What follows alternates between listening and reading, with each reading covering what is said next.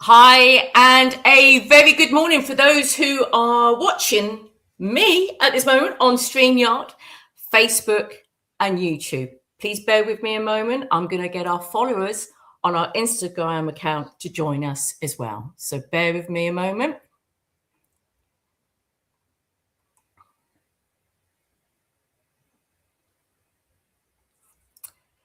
And a very good morning to our followers on Instagram. So we are live on Saturday, the 18th of April. I've said good morning, but I do know my lovely advocates in New Zealand and Australia going over then to the afternoon to the Emirates, over to Europe, UK and Ireland, and also an early good morning to those in the East Coast and the West Coast of Canada and USA. So I know our advocates knew this is going to be a webinar that their friends, their family, and their network should be watching. So first, let me introduce myself. My name is Simone, and I'm the head of the Advocate Network Department. And welcome to Why Every Mortgage is Avoidability and the Pathway to Financial Freedom webinar. So lots of information will be shared today. So make sure you've got a pen and paper handy. I'd like to say thank you to those who registered, who submitted their questions. You may find that your question will be answered throughout the presentation. However, if you do happen to have any additional questions, then fear not, because this coming Tuesday, there will be an additional update, and those questions will be answered. So I will be sending a link out to you, to all the attendees today. So any additional questions, fill them out, make sure you get them over to me as soon as possible.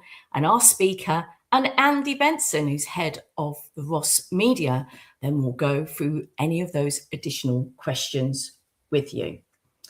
There are some additional links that we will be sharing as well, but don't worry, I will make sure that all attendees today will have access to those links. There's some really important links as well. Don't want to take too much information away, because I know it's going to be mentioned throughout the presentation as well.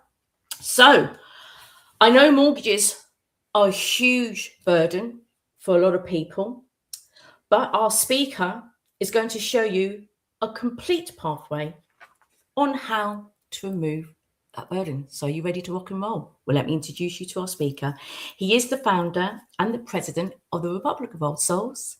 It's Ian Clifford. Ian, good morning to you. How are you today? Well, good day. I know that we've got people in Australia, New Zealand, Canada, United States, UK, Europe. So the message is spreading. Good day to you. Good morning to you, depending on where you are. I think we're also going to be publishing this and distributing it at 10 a.m. in the 10 a.m. in the US, 10 a.m. in the Canada and Australia and New Zealand, etc. Because it's a hell of a time for some of our members to wake up in the middle of their night to come 10 a.m. UK time. So we are publishing this so that it's available for everyone. It's live, so you can go onto our social media channels and replay it, or you'll be invited. We're actually inviting people to remind them that it's there at 10 a.m. UK, 10 a.m. their time in whichever country they are living in. So hopefully the word will spread even more. Mortgages. I think mortgages are probably the biggest example of the modern slavery mechanism that we've been snared by.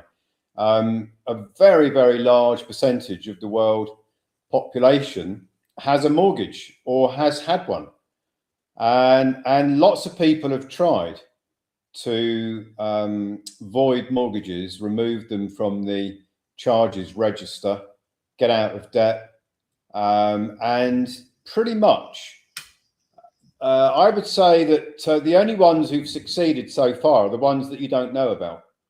and they're the ones that settled privately with the banks. And it's very interesting because I've been pursuing this remedy for quite a few years, and we have tried various ways to void mortgages in the past, and learned a lot from our attempts, all with great intention to give relief to our membership to void their mortgage. And every one of them has come across a burden or a challenge that was very, very difficult to overcome. So in the end, we retreated until I'd figured out how to crack the nut, how to achieve what would appear to most people to be the impossible. Because when you look at the problem, it's very, very difficult to solve the problem. Lots of people have tried. Most, if not all, that I've ever looked at have failed. Lots of people have had really good go at voiding their mortgage, and have tried for several years to do it, with multiple court hearings and all sorts of attempts, and a lot of energy, a lot of endeavour, a lot of determination, and still failed, because the mortgage market is very, very smart. The way it's been constructed, it's very smart at how it snares the so-called borrower. If you think of it like a trap, and these pincers clamp around your legs, how do you get out of that trap? And that's the trap of the mortgage. It's quite difficult to get out of it. But as I've said on nearly every webinar we've done in recent years, there is always a solution. And I believe that. I don't think there's any problem that exists that doesn't have a solution. And sometimes the bigger the problem, the bigger the solution needs to be to solve it. And often with problems, you don't solve them the first time that you try. I think if we were, just imagine that you could sit down with old Edison there, who allegedly invented the light bulb. I mean, there are some people who believe he didn't, but if you believe the popular belief is that Edison invented the light bulb. I think he tried many hundreds of designs before he got it right. So if you imagine that you're trying to void your mortgage and you've tried many, many ways of doing it, and every one of them has failed so far, it doesn't mean that there's not a solution out there. It just means that you're one step closer to that solution. You've learned something that doesn't work, so therefore you've got to take that learning into your next attempt. And that's what inventors tend to do, is they learn from their failures and they keep going until they find something that works. So you won't be surprised to hear me say that what I'm going to show you today works. And I'm going to show you why it works. And I'm also going to show you how it works. And it isn't a theory. And if there are people on here that are watching from the other side of the equation, like mortgage providers, investment bankers, or people that run the court system, you've met your match now. You've definitely met your match. And I'm going to show you why they should all be quite worried, because of what I've engineered here. I had a coffee with some people recently, and they asked me, "What do you do?" That's that favorite question you get when you meet new people. Yeah, what do you do? And I've got various answers that I give people, and nearly every time I give someone an answer, they don't understand it. I can tell by their expression on their face they don't get it. So I told them I was an engineer. And they said, "Oh, really? What kind of engineering are you into?" And I said, "I'm into financial engineering." "Oh, really? What does that mean?" And I said, "Well, it's just like any engineering, really. You try and build things to solve problems, and that's what I do." And then the conversation moved on to something else. So I wonder whether that is how I should describe myself as a financial engineer. I don't know. They seem to. I didn't get a glazed look on the face, so maybe they understood what I was talking about. What we're talking about here is financial engineering. It is many component parts being brought together to solve a problem.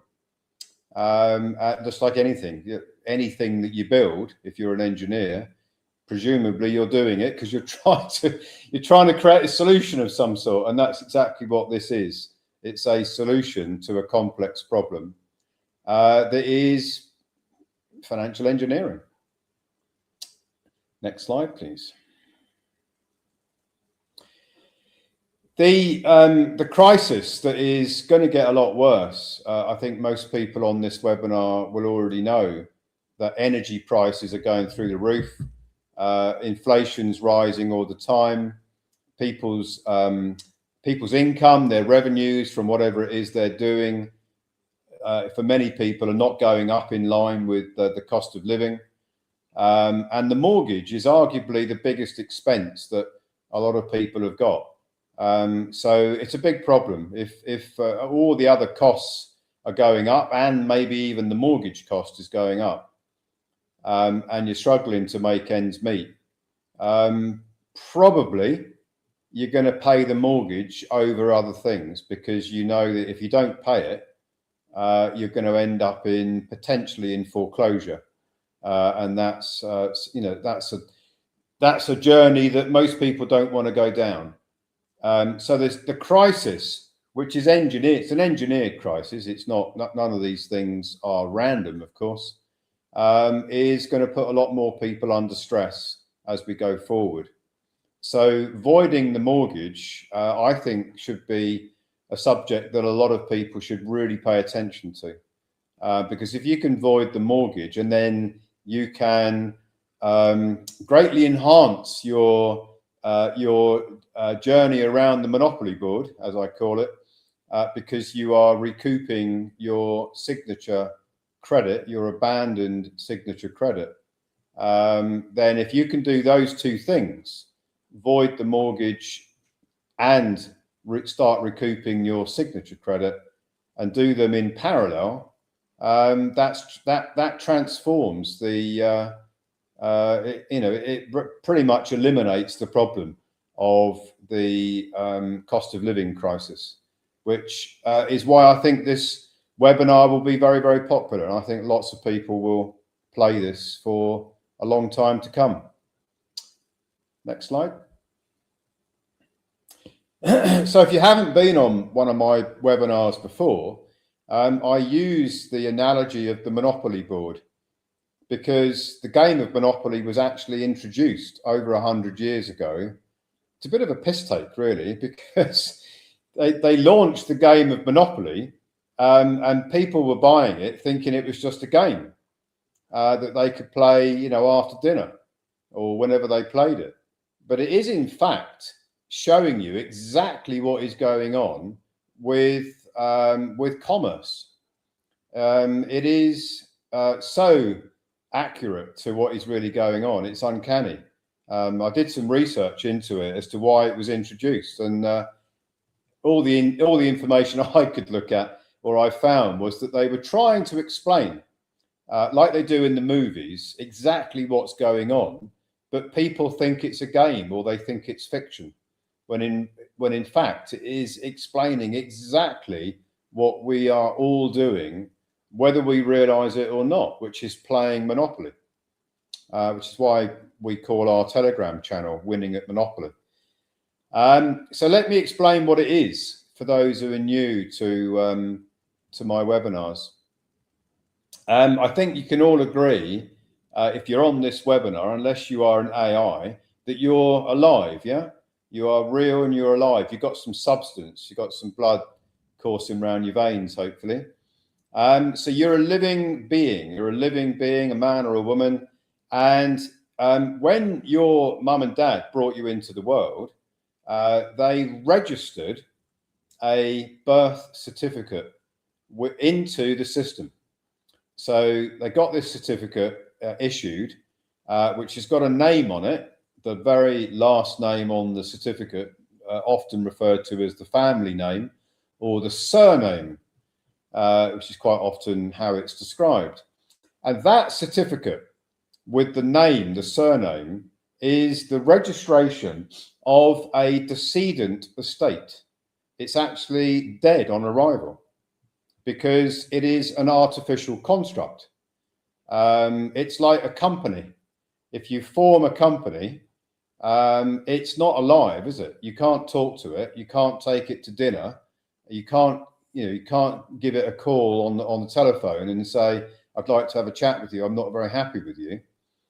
Because it's an artificial construct, just like the birth certificate entity is an artificial construct. So now if you can visualize the game of Monopoly, hopefully you've played it or you know what it is. Let's imagine you were sitting at the Monopoly table with some other people who are all going to play Monopoly with you. You put on the Monopoly board a piece, and that piece is the piece that's going to go round the board. And if you're really good at Monopoly, you collect notes or money. Let's just call it money for the moment. And if you're not very good, you probably lose all your money on the Monopoly board. So that's pretty much like life, yeah. So what you're actually doing in reality is that the state has coerced your mum and dad to register a birth certificate construct. They've got really the ownership of it, the legal title of it. They have ultimate control of it. It's their player piece that gets put on the Monopoly board. And when you get to the age of majority, whatever that age is, depending on where you are, 18, 21 is two common ages that people become an adult, what they describe as an adult. So all the time that you're not using the player piece because your mum and dad are looking after you, everything's pretty cool and dandy. But as soon as you get to the age of majority, you start to use this player piece, this artificial birth certificate construct, on the Monopoly board of commerce, probably without realizing that it's an artificial construct. You might get a bank card, you might get a driving license, you might get a passport, and you might get some other documents which have got this name on them. And you might believe that that name is actually you. But of course it isn't. And you can verify that by looking at the birth certificate itself. It says on the bottom of most of them, don't use this as a form of identity. So that's a bit of a giveaway. If you look at the date it's registered, in most cases, it is a completely different day from the day that you were born. And it's got a reference number. Somewhere on that certificate, there's a reference number. And that reference number is like an incorporation number. So what you're looking at here, it's like you've got a company or a trust that is sitting on this artificial Monopoly board. And the only way it can move around the board is if you transfer your energy through the artificial construct, the birth certificate construct, often referred to as the citizen or the person. If you look up these words in the dictionary, what is the etymology and the actual meaning of citizen or person, it's going to basically, if you look hard enough, it's going to tell you it's an artificial construct. It's not a living man or a woman. And what they've done, and I'm trying to get this message out because so many people out there are completely confused by, basically they believe that once they realize that the birth certificate construct is not them, the next thing that they typically do is try and separate themselves from it. They go around saying that birth certificate is not me. and I'm not responsible for anything that it gets into, any difficulties or liabilities. And lots of people believe that you can sever the tie between the living man woman and the birth certificate construct just by saying it's not me, or just by saying, no, I'm a living man or woman and I only answer to God. I don't answer to Caesar, which is it's a terminology for the state, for the cabal that runs the Monopoly board. And people aren't realizing that they have been trapped from the moment the birth certificate was registered. You see, the living man woman becomes the agent for the birth certificate construct. And if you don't know what an agent is, it's not an estate agent or any other kind of agent that you could, a football agent or a pop star's agent. No, an agent in the law has a responsibility equal to the principal. So what I'm talking about here is if the birth certificate construct is fined or is facing jail sentence or owes mortgage installments or owes taxes, because all of those things are happening on the Monopoly board, the agent, the living man or woman, is liable, equally liable for all of those things. And that's the trap. The state, those that run the Monopoly board are next level genius at trapping everyone to believe that A, they are the birth certificate construct, and B, if they realize that they're not, they think they can easily sever the tie just by saying that that's not me. That document, that construct is not me, therefore I'm not liable. And what they're not realizing is that the agency is the trap. So you've got to deal with the agency. But the agency it's a blessing and a curse all wrapped up in the same package. It's a curse because it makes the living man woman completely liable for all of the liabilities of the birth certificate construct. But it's also a blessing because the agent, you see, is the source of energy, and the source of energy that flows onto the Monopoly board through the birth certificate construct. Guys, if you just give me 5 seconds, it's absolutely pelting with rain and my door's open, and I'm just going to close my door. No worries, Ian. Yeah, sorry about that. It was blue sky when I started, and I had my door open, and then suddenly the rain was coming down like a monsoon. So my floor would have got very wet if I'd left the door open. So no worries. So that's the problem. It's agency. It's a problem, but it's also an opportunity. It's also, they've given us a gift. So it's a trap and a gift all in the same package. And you'll realize why it's a gift as we go through this webinar, because it's all about energy. Everything that is going on the Monopoly board is going on because of the transference of human energy onto the Monopoly board through the artificial construct, this citizen person, this birth certificate construct. So that's kind of the landscape. Now, just 2 more things about the Monopoly board, which a lot of people aren't aware of. They're 2 very substantial facts. There are two types of title to property.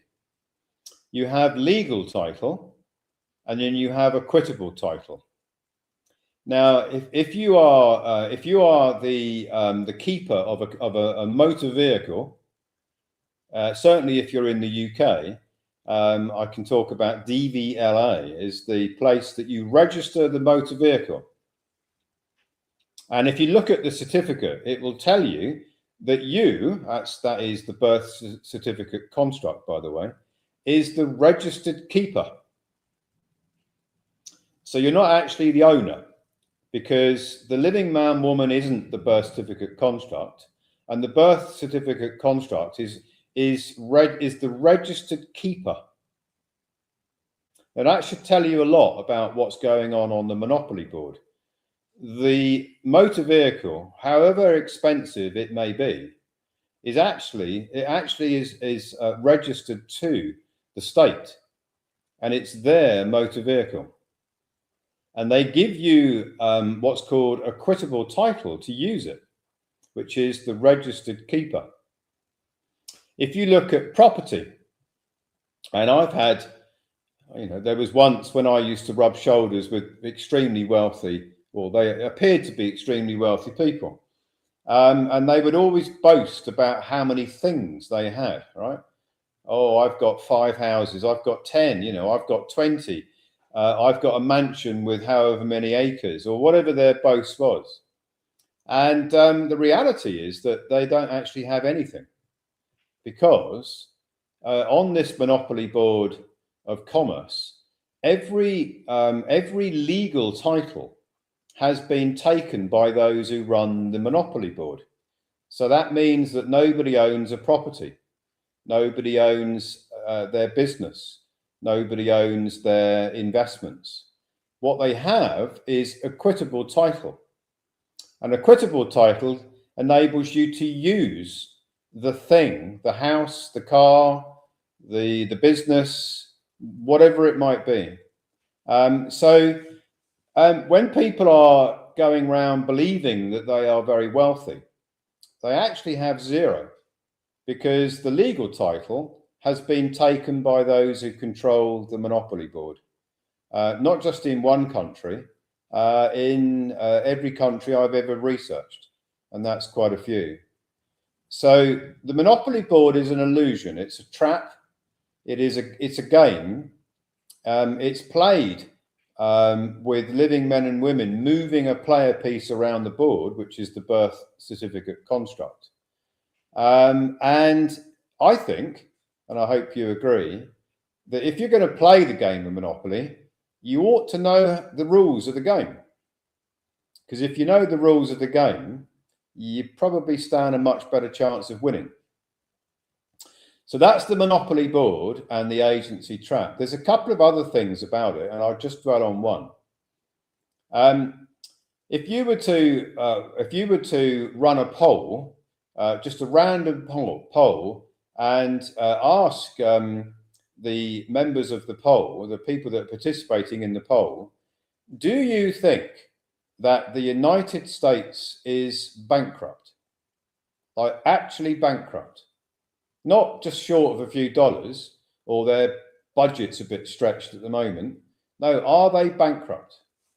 And I think the majority of people would say, no, they're not bankrupt. They're one of the richest nations in the world, aren't they? Well, the reality is that they are actually in Chapter 11 bankruptcy and have been since 1939. And the reason why that's significant is because in 1939, a mortgage was taken out over the entire Monopoly Board. So everything on the Monopoly Board, all of those legal titles, are held by those that control the Monopoly Board as their collateral. And that's why nobody's got legal title, or very few people have got legal title. There are some churches with legal title. But in the main, every asset on the Monopoly Board, the legal title has been mortgaged, and therefore it's collateral for the Monopoly Board, leaving everything else as to have no real substance. So the equitable title is just really another artificial construct. But you can sell the equitable title to someone else. If you want to sell the motor vehicle, you can transfer the equitable title to someone else. And if you want to sell the house, you can transfer the equitable title to someone else. And probably neither party will realize that all they're doing is transferring a title that has actually no substance at all. It's artificial, but it looks good, and people do it all the time, and that's why hardly anybody questions it. So I'm kind of setting the scene for how this game of Monopoly works. It doesn't mean to say that you can just turn your back on it and say, well, I now know how it works, I'm not going to play. Because the agency causes you to play on the Monopoly board, whether you like it or not. Next slide. And this is what I was talking about. 1933, House Joint Resolution 192. I believe that everybody on the planet who's over the age of majority should know about this. It's one of the most pivotal pieces of knowledge that the majority of people have no idea about at all. And I think it is so pivotal because it's the legislation that basically controls the entire Monopoly board. And in 1933, when the United States went into Chapter 11 bankruptcy, which you can verify if you want to, you can go on the internet and put in their House Joint Resolution 192, and you'll see that James Traficant, the senator for Ohio, read out a statement in the United States Senate that it's the biggest reorganization in history, meaning it's the biggest bankruptcy in history. And what they did, you see, is they took away the gold from the people and they took away all the assets. So all of the assets of the entire world's Monopoly board were mortgaged then to those that run the board. And the biggest part of that was that they took a mortgage out over the energy of the people. So you see, your energy is mortgaged to the Monopoly board and those that run it. Now you might be thinking, well, how can someone take a mortgage out over my energy? That sounds impossible. Well, not the way they've done it, it isn't. It's actually very possible, and it's going on all the time. You see, because what's really going on is every time you want to do something on this Monopoly board, you have to put some energy on the board. And when you put the energy on the board, it transfers from you, which is the rightful owner of it, because you created it. It comes from you, you're the originator, and it stays on the Monopoly board. And once it's on the Monopoly board, it's presumed to be abandoned energy.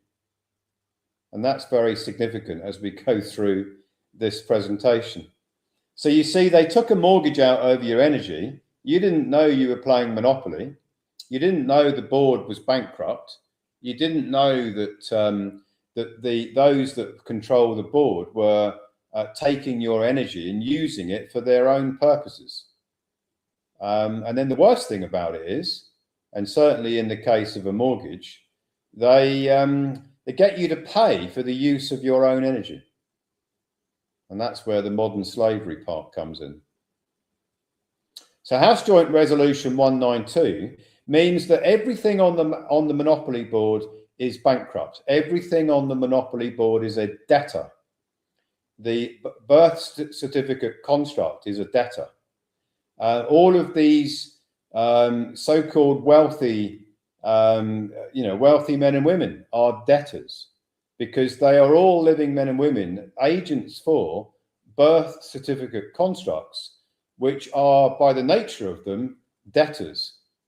They are not wealthy at all. They have zero assets, and they are a debtor. They are, the living man woman is representing a debtor on this Monopoly board, which has been mortgaged to those that run the board. Next slide. And Signature Energy. A couple of weeks ago, I published a paper about Signature Credit and what it is and how it works. And somebody said to me after they'd read it about how you could recoup Signature Credit energy. they said, Ian, I think this financial engineering you've done here could win the Nobel Prize. Now, I didn't say that, and I'll let you judge that for yourself. But if you look at Nobel Prize candidates for the Nobel Prize, it's generally things that have got the potential to make a big shift for the positive for mankind. It's my belief that recouping signature credit, arguably, and I would say this because I've spent hundreds and hundreds of hours developing this, arguably it's the most important thing that anybody should be looking at the moment outside their health, because it's the game changer that the majority either don't know about or don't appear to want to know about it, which is even more bizarre to me. But let's have a look at signature energy, the source of value. So the living man, woman, as we've established so far, is the agent for the birth certificate construct. And let's suppose that you have got a bank account. The bank account's in the name of the birth certificate construct. So you're going to make some bank payments, okay? And you have to have something in the bank in order to make payments, yeah? So some energy would have flowed into your bank account from somewhere, because that's what money really is. Currency, energy. Yeah, it starts to make sense as to why it's called currency. So some currency is in the account, and you want to make some payments out of the account. And we call them payments because it sounds, it sounds like it has to be a payment. But how do you make a payment when everything on the monopoly board is bankrupt? And actually, in reality, there's no money of substance, because in 1933, House Joint Resolution 192, all of the so-called money became Federal Reserve notes or fiat currency. Suddenly became basically bits of paper, originally, now replaced by digital money. Some people have asked me, what do you think it's going to be like when there's digital money in place? You know, the CBDC. I said, we've already got it. We have already got it, by the way. So we're all now using digital money, which is just basically ledgers, which we'll come back to later. So when you make a bank payment, it looks very much like you're making a transfer from your bank account, which is the bank account in the name of the birth certificate construct, to someone else's bank account. And it looks like funds leave your account and arrive in the other account, the account belonging to the people you're trying to pay, if we're using common parlance. Well, that actually isn't happening at all. What's really happening is that when you make a bank payment, you are issuing a promise to pay in the future. You're issuing, like the banknote says, promise to pay the bearer. When you do a digital transfer, you're actually making a promise to pay in the future. You're not actually transferring currency from your account to another account. You are creating a brand new promise to pay in the future. And you're going to deposit that promise to pay in the future into the account of whoever it is you are trying to pay. So the word deposit is now coming into this webinar because it's very important. Every time you make a bank payment, you are actually depositing energy in somebody else's account.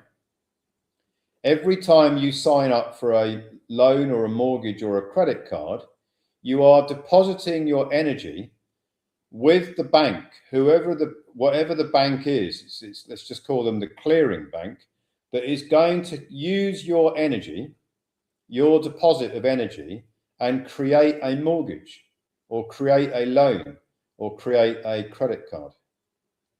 So you see, what the banks do is they actually have no money at all, which is quite an extraordinary statement if you're new to my webinars. Just imagine that you were at a dinner table with a load of bankers, and it's one of those networking events where you don't actually know everyone at the table. In fact, you probably don't know anybody, and you're sitting there and you're making polite conversation like you do, and you ask the guys on the table who all appear to be working for the same bank, right? You say, "Oh, I notice you're all working for a bank," and they say, "Yeah, that's right. I've just taken out a mortgage." "Oh, really? Okay. Could you explain to me how that works?" And somebody in the group on the table is going to say, "Yeah, it's pretty easy, really. We take in deposits from our customers and we lend them out." Now you're sitting there thinking, well, that sounds logical, doesn't it? That sounds reasonable. The bank takes in deposits and then puts them in a pool somewhere or in a pot and then lends them out. That makes perfect sense. Yeah. And then if the mortgage holder doesn't pay, then the bank seems to be morally morally correct to try and collect the interest, yeah, or maybe even foreclose on the property because the mortgage holder didn't pay the mortgage. And that's what a lot of bankers would believe, right? Because they don't know how it works. Professor Richard Werner spent 16 years studying how banks create money, because it isn't really anything, there's no substance to it, it's just ledgers, out of energy, the deposit of energy. So if you were to read Professor Richard Werner's research papers and his empirical study, you will see that there is no money of substance. There is just promises to pay in the future, and they are deposits, and the banks take them in when you sign something. So when you sign something, signing doesn't mean getting out a quill pen and dipping it in the ink and signing a bit of paper. It doesn't mean that. It means the intention of creating a transaction. So you don't even have to be there for there to be a signature credit deposit, because it could be a direct debit, it could be a bank standing order. There was an intention to create a deposit and use that deposit to discharge debts, because everything that you're doing is actually discharge. You can't pay anything because there's no money of substance. So all you can do is issue new securities, new promises to pay that are deposits that discharge something on the other side of a ledger. And that's what's going on. Professor Richard Werner wrote numerous papers about it, and the Bank of England confirms it in their Money in the Modern Economy. Many other research papers confirm it as well. Now, in the context of a mortgage, when you signed up for the mortgage, the bank, believe it or not, wasn't even permitted to lend you their money. If you look at the charter of any bank, it actually says that they are not permitted to lend their money. So that's an interesting fact, isn't it? Most people would say, well, that's ridiculous, Ian. How do banks operate if they can't lend their own money? Well, that's because they haven't any money to lend. What they do is they take in signature credit deposits and they convert them into debts. So when you sign up for a mortgage, you deposit into the bank your signature energy, your credit, and the bank says, thanks for that. And that automatically becomes theirs, right? So they take it as if it's their asset. And then on the other side of their balance sheet, this is an asset and this is a liability. They create a liability, a matching liability, and the asset stays with them and it gets abandoned. And this liability, which they created to match the asset on the other side of the balance sheet, is the mortgage. And they'll say at closing, oh, you'll find the balance in your account. The mortgage balance is in your account, as if they'd lent it to you, when of course they had no money to lend. There isn't any money anyway. all they did was create a debt security. This is the debt security. And what they did with it was that security was they then sold it to their friends. I describe them as the gods of the universe. These are the investment bankers in New York, who actually believe that they are gods, many of them. I've met quite a few of them. They're that arrogant, some of them, that they actually believe they're godlike. So that's what's going on when you create a signature. A signature doesn't have to be a debt, because everything is. It doesn't have to look like a debt, because everything is a debt. A bank payment is a debt.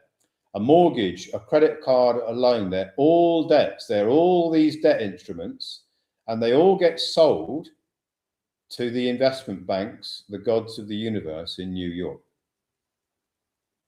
Next slide. So let's go back to our Monopoly board. So remember, the Monopoly board is artificial.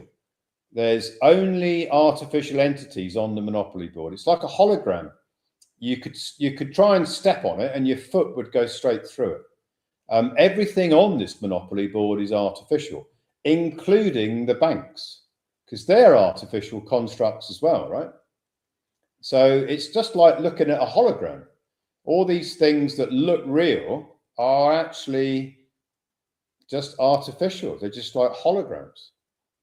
And the banks have been put onto the Monopoly board. I was saying this yesterday on an interview. When you look at the game of Monopoly, it's lots of hotels on the Monopoly board. There actually should be lots of banks on the Monopoly board, because the banks have got a special role to play on the Monopoly board. Their role is the role of nominee. And if you look into what nominee means, it basically means a fiduciary or a trustee. So let me use an example. If I wanted to entrust my extremely valuable fountain pen, and I was looking around for someone to hold on to it for me, and I wanted to hand it over to Sims, because I trust her to look after my extremely valuable fountain pen. And I would say, Sims, would you be happy to look after my pen? And she would say, what would you say, Sims? Would you say yes? Yeah. Yeah. So I was just on mute then, yeah. Yeah. Of course. So Sims would say yes. Right. Now, what we've just done there is created a trust. We didn't need a bit of paper. Yeah. I handed my extremely valuable fountain pen to Sims. She's holding on to it as my nominee, as my fiduciary, as my trustee. And that's what happens when you open up a bank account. When you transfer your energy through the birth certificate construct, which, by the way, is a banker. I didn't cover that, so I'll just cover that briefly now. The birth certificate construct, if you look in the Bills of Exchange Act of 1882, it actually says that a body of persons is a banker. Well, what is a body of persons? That's the artificial construct of the birth certificate. So you see, the birth certificate construct, this artificial construct, is actually operating on the Monopoly board as a banker, which kind of makes perfect sense, doesn't it? Because if it's going to issue securities, promises to pay in the future, if it's going to make deposits with banks, doesn't it have to be a banker to do that? The answer to that is yes, it does. So you see, the birth certificate construct is a banker, and it's depositing energy with other bankers. And the other bankers are operating as nominees, fiduciaries, trustees for the living man, woman who transferred their energy via the agency that they've got with the birth certificate construct onto the Monopoly board, and then they abandon the energy. And that's pretty much what's going on all the time, all around the world, is people are putting their energy on the Monopoly board and then abandoning it because they don't know what they've done. Nobody explained it. Nobody's probably going to explain it apart from someone like me. You can't buy a book that explains it. You don't learn it at university or at school. Your mum and dad don't tell you anything about it. The bankers that you might know don't understand it. The economists don't understand it, apart from a tiny percentage. The bankers and the financial advisors and the lawyers, none of these people understand it. And the reason why is because it's not taught anywhere. You have to find it out the hard way, like I have.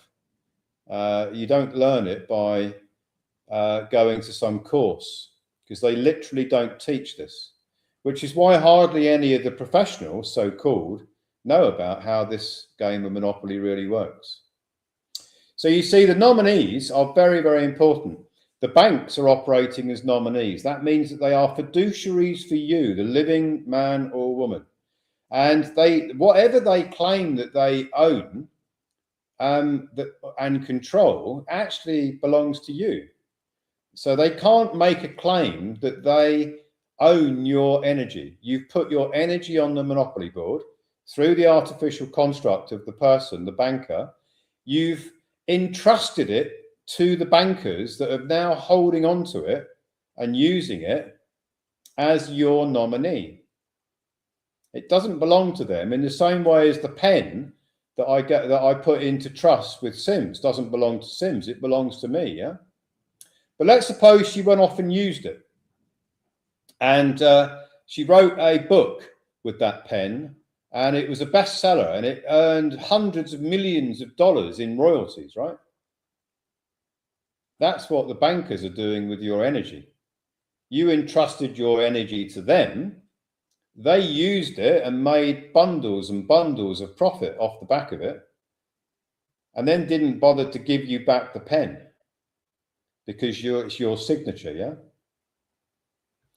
So that's what's going on. And unless you realize that the energy belongs to you, and then one step more than that, one step further, you actually know how to get it back. It's not going to be, this knowledge is not going to be much use to you. And you might be thinking, well, Ian, I thought we were talking about mortgages, voiding mortgages. Yeah, you might be thinking, when are you going to start talking about that? Well, believe it or not, I already am. Next slide. Now, let's imagine that you don't know anything about what I have just explained, right? And you are enraged that you have just found out that the bank that you have got the mortgage with didn't lend you any money.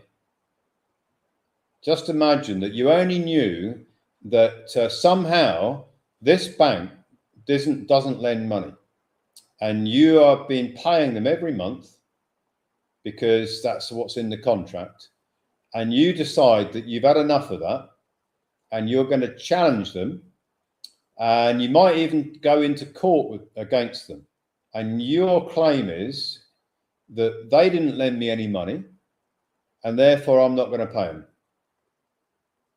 because there's no consideration in this contract, right? Consideration being they didn't lend any money, no consideration. And people have tried this, right?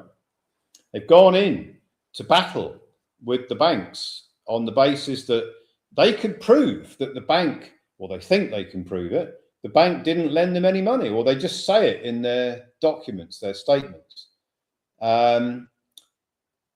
Those arguments don't work. Many people have tried them. They absolutely do not work. And then something else comes along, which is called the registration gap. And this one sounds really powerful, right?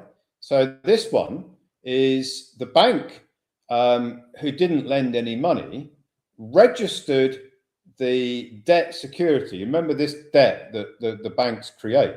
They registered that with an investment bank and sold it on and transferred it to an investment bank. And whilst they were doing that, the bank that you took the mortgage out with, or the mortgagor, that's the so borrower, there was a gap between the registration of the mortgage charge over the property and the sale of the mortgage security to the gods of the universe in New York. There was a gap. It's called the registration gap. And people have gone in the courtroom with all of the technical proof that their mortgage wasn't registered properly at the land registry or wherever the property's registered. In the UK, it's called the land registry. It's a registry in other countries. And they argue that this mortgage charge over this property is unlawful because of the registration gap. Well, that doesn't work either, unfortunately. Many people have tried that, and it doesn't work. And the reason it doesn't work is because the courts just say, well, we don't care about what happened in the background. Mortgage securitization, we don't really care about that. In fact, they don't even want to even understand what it is. All they care about is the fact that there is a legal charge over the property. And by the way, it's over the it's not over the property in terms of the legal ownership of the property. It's over the equitable ownership, that artificial equitable title that we spoke about earlier. So you see, all the courts care about is this charge that the mortgage provider has got lawful or not? Yes or no? Is it there on the land registry? Yes or no? If it's there, they don't care how it got there. They literally don't care how that charge got there, as long as it's there. So the only way you could ever prove that the mortgage had been created and that the charge was unlawful is if it hadn't been registered correctly. But they always do register them correctly because they make sure they do. So you see all these different arguments that have been put forward in courtrooms or in complaints, because some people start with complaints at the mortgage provider, basically don't work. And so they think they've got you by the short and curlies, right? They really do, because the charge over the property is all the courts care about. If you look at mortgage foreclosures, if you look at complaints about mortgages, if you just look at any kind of case where somebody's arguing that their mortgage is a void nullity, meaning it doesn't exist, will always lose the argument, because the court will always say, is there a charge, yes or no? And if the answer is yes, what are we doing here is what the judge will say, because there's a legal charge over the property. And that is all they care about in the courts, which is why nobody wins challenging the fact that the mortgage is a legal nullity, unless, of course, it really is a legal nullity and you can prove it. Most people can't prove it's a legal nullity because they don't know how to. But there is a way of proving that the mortgage is a legal nullity. Nullity means it doesn't exist. It has no substance. It's void from the beginning. That's what a legal nullity means. It's legalese, jargony terms. Next slide. Okay, so when you look at the arguments that I just mentioned, no consideration, the registration gap, they don't work, right? They literally do not work. Hundreds, thousands of people have tried them. People are probably trying them next week in courtrooms all over the world, not realizing that those arguments are never going to work. They've never worked anywhere in the world, and in my opinion, they never will work anywhere in the world, because as soon as they did work anywhere in the world, every single mortgage holder would use exactly the same argument to void their mortgage and get rid of it. You think about that? Is that likely to happen? Are the courts, who are there to protect the system, likely to let that happen? The answer is unlikely. Very, very unlikely. So you see, when you unpack this, and going back to my description of what do I do, and I said financial engineering. when you're doing engineering, you need to know what all the component parts are. I remember my dad told me when I was a teenager and I was getting involved in working on cars, believe it or not. He said to me, the best way to understand how an engine works, Ian, is to take it apart and then rebuild it. And I remember that. That's many years ago. And it's very true, right? So in financial engineering, you have to take all the components apart. And you've got to lay them on the desk in front of you and look at them and say, what are they all? What do they all do? Because unless you know what all the components are, you can't figure out how to find the Achilles heel of the mortgage market. So that's what I did. And one of the Achilles heels there's more than one, of the mortgage market is the fact that the banks are operating as nominees. Remember, they are fiduciaries, they are trustees of the energy that the living men and women have transferred onto the Monopoly Board. They are merely trustees, they are nominees, they don't own the credit. They don't own that signature credit energy. It's not theirs. Now, okay, you might be thinking, well, sounds very nice, Ian, but how's that going to help us void our mortgage? Well, I'm going to explain it to you in the next few slides. We've established, I think, so far that standard presentations in courtrooms don't work. So you've got to change the game to find something that does work. And the only way you can change the game is to fully comprehend how the mortgage works from A through Z, which is what I did.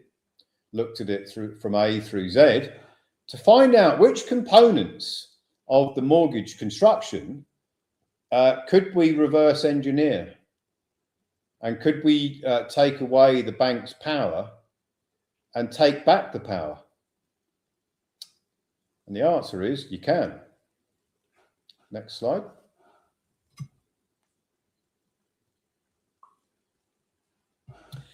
And this is how you do it. So remember, the banks are operating as nominees for you, the living, breathing you, right? You are the source of the energy.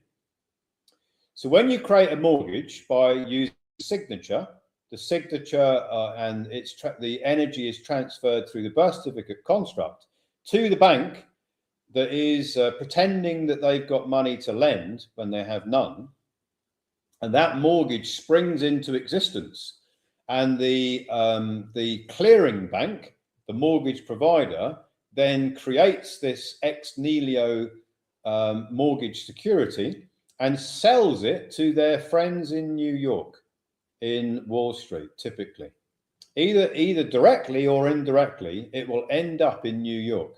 They all do. And what they're actually doing is the investment banks in New York are using your energy every day of the week, 7 days a week, 365 days of the year. They're using that credit energy, just like Sim's using my pen to write a best-selling novel. And she made a bundle of money off the back of it, right? And none of that belongs to me because she just used my pen, yeah? So the banks are using your energy like Sims could have used my pen to write a best-selling novel, right? And the banks then, they have to, and this is the most revealing and interesting part about this for me, right? The banks, the investment banks, because they're using your energy and everything on the Monopoly Board is bankrupt, they have to pay taxes for the use of your energy. And they pay the taxes to the United States Treasury. So remember, these are American investment banks who are using your energy because they hold them out as if they are the owners and the creditors to the mortgage securities that they purchased from the clearing banks, who are allegedly the mortgage providers. So these securities, and there are millions of them, are put into tranches, bundles. And if you want to know more about it, have a look at the movie The Big Short with Brad Pitt in it and a few other people. That's what the investment banks are doing. They bundle all of these mortgage securities into these bonds and they trade them, and they have taxes to the United States Treasury. And the reason why they pay taxes to the United States Treasury is because everything on the Monopoly Board is bankrupt. And the United States Treasury is the bankruptcy trustee for the entire Monopoly Board. So they collect taxes from the debtors, which are for the benefit of the creditors. That is what the United States Treasury's job is. Collect taxes from the debtors. In this scenario, the investment banks are the debtors, and they're paying the taxes to the United States Treasury as the bankruptcy trustee for the entire Monopoly Board. So the question is, who do those taxes belong to? Let's imagine that you had a property, and forget about legal title and equitable title. Let's imagine that you owned a property outright and you wanted to rent it out to some tenants. So you did. And then you looked in your account and you thought, where's the rent? I'm not seeing any rent coming in my account. So you look into it and you realize the tenants are paying the rent to somebody else. How would you feel? Would you try and rectify that and get the rent coming into your account? Or would you just leave it like that and say, well, never mind. I don't mind if my tenants pay the rent to someone else. Well, that's what you're doing with your Signature Credit Energy. You transferred it onto the Monopoly Board. You then abandoned it. The investment banks are using it and paying taxes to the United States Treasury for using your energy. And you're not claiming that tax because you didn't know you could. So you see, IRS publication 1212 is very pivotal to this remedy, this void mortgage remedy, because when you realize how the game works through nominees. So in order to play the game of Monopoly in terms of what we do, is you have to create new nominees. And that new nominee is an international grantor trust. And you put that new piece on the Monopoly Board. So remember, you've got the player piece, which is the citizen, the person, the birth certificate construct. That's the player piece that most people use on the Monopoly Board. But then you've also got the opportunity to put other player pieces on the Monopoly Board.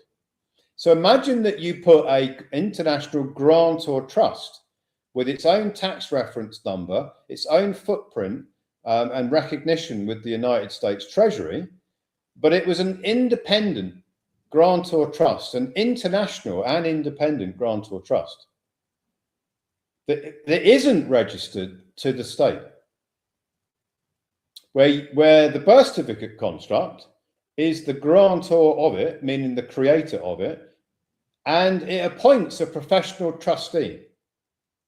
And it also appoints a tax filing professional with a license to file tax returns to the United States Treasury. So you've now got this new player piece on the Monopoly Board, and it can fire in tax returns to the United States Treasury.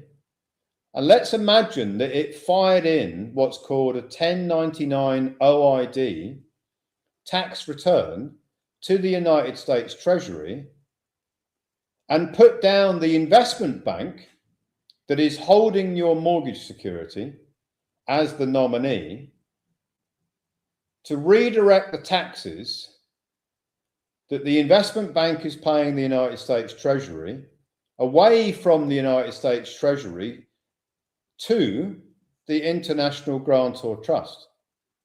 Because that International Grantor Trust is the nominee for the true creditor, the living man woman.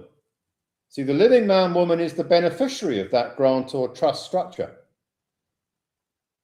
And the 1099 OID achieves two things. The first thing is it removes the presumption that the investment bank is the creditor of the mortgage. And the second thing it does is it redirects the taxes that the United States Treasury has collected from that investment bank and redirects the taxes as the property of the International Grantor Trust.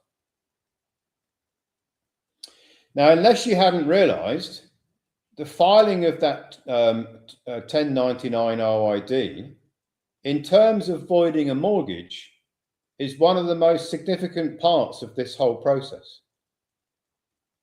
Why?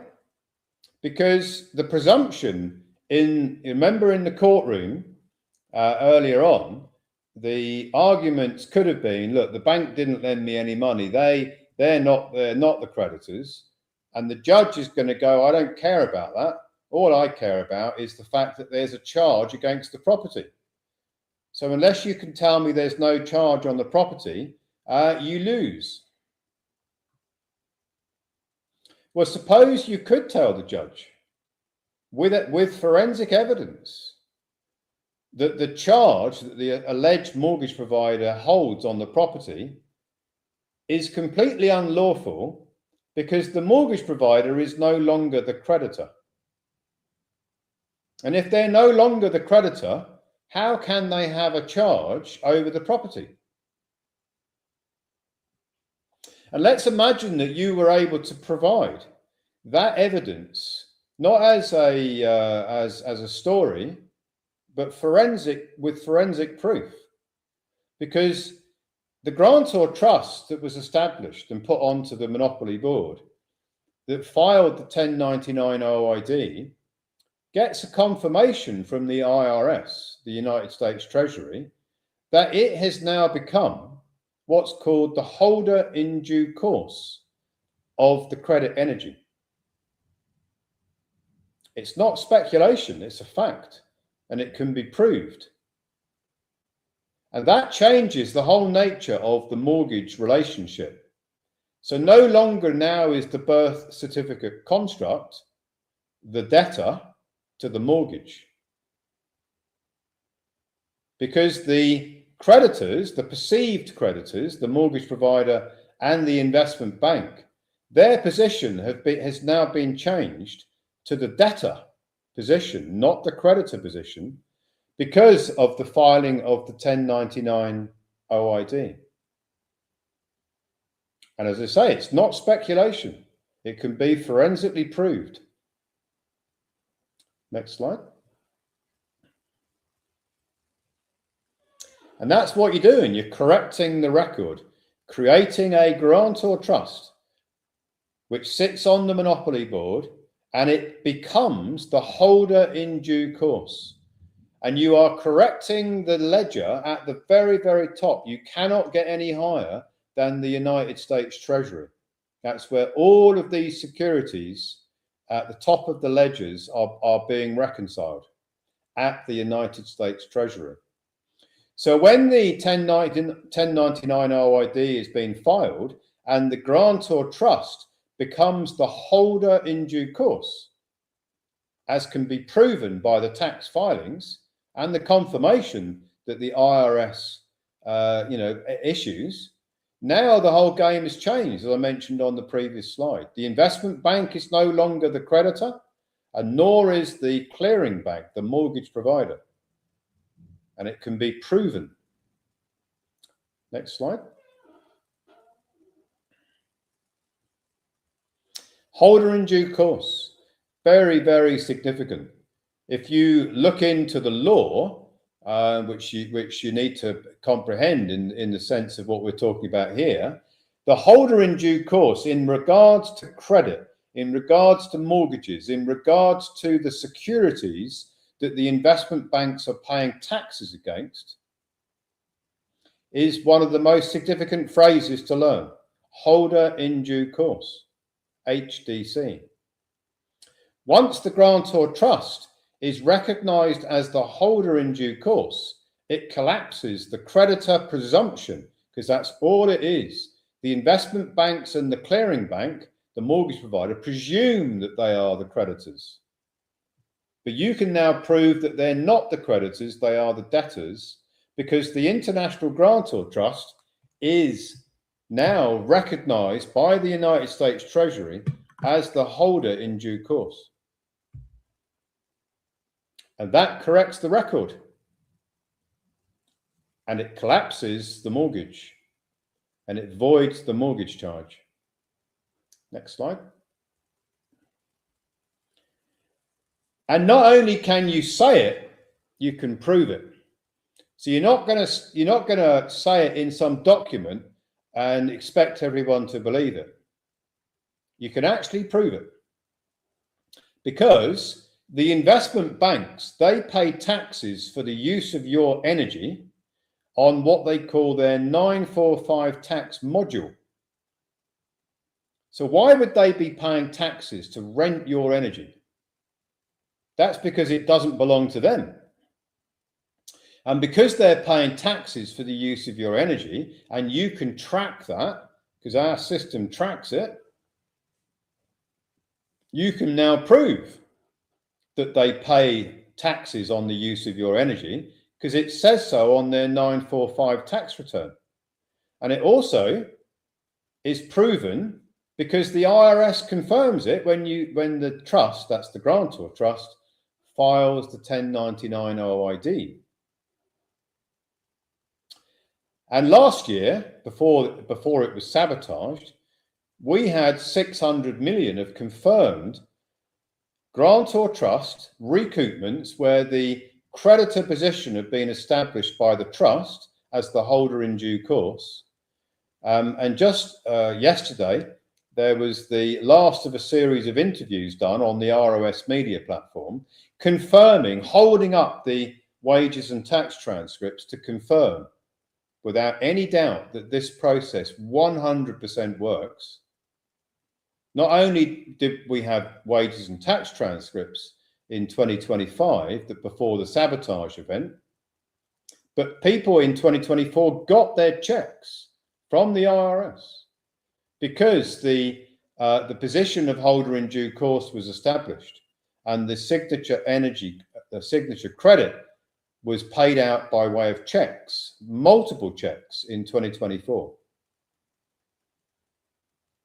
So you see, if you've got an algorithm, which we do, by the way, that tracks everything from A through Z, all the way down to the 945 tax ledger that the investment banks are paying the IRS stroke Treasury, you can prove the whole mortgage has been basically been corrected at the top of the ledger.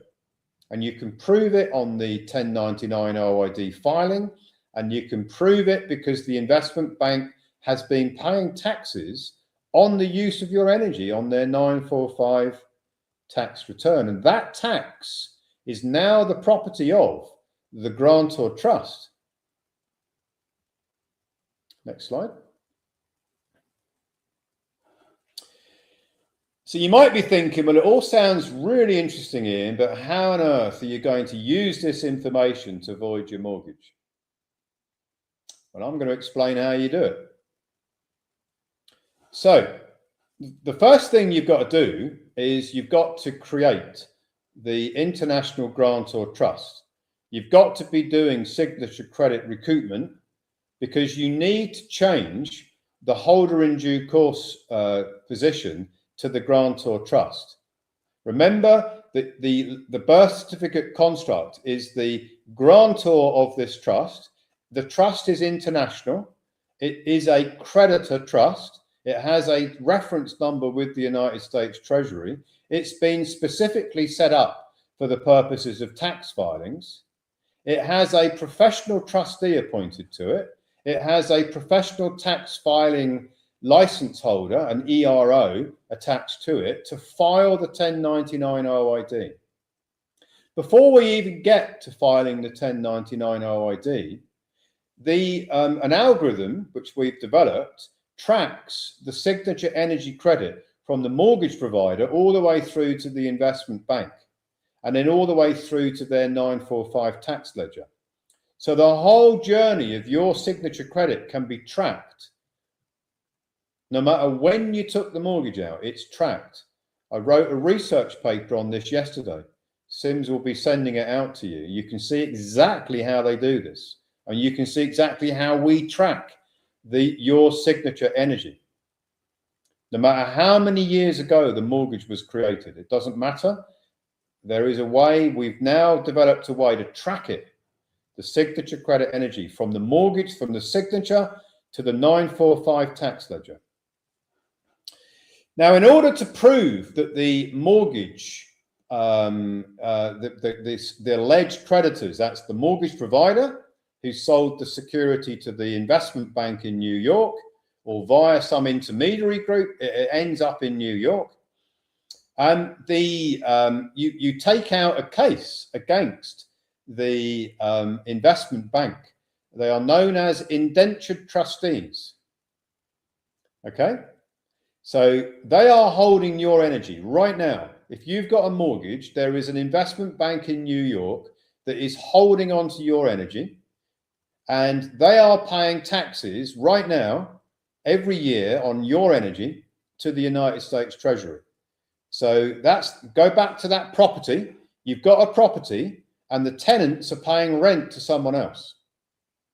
You've got energy sitting in the securities in New York right now, if you've got a mortgage or ever had a mortgage, and the investment banks are paying the taxes to the United States Treasury, and you're not collecting it, like you're not collecting the rent in my analogy.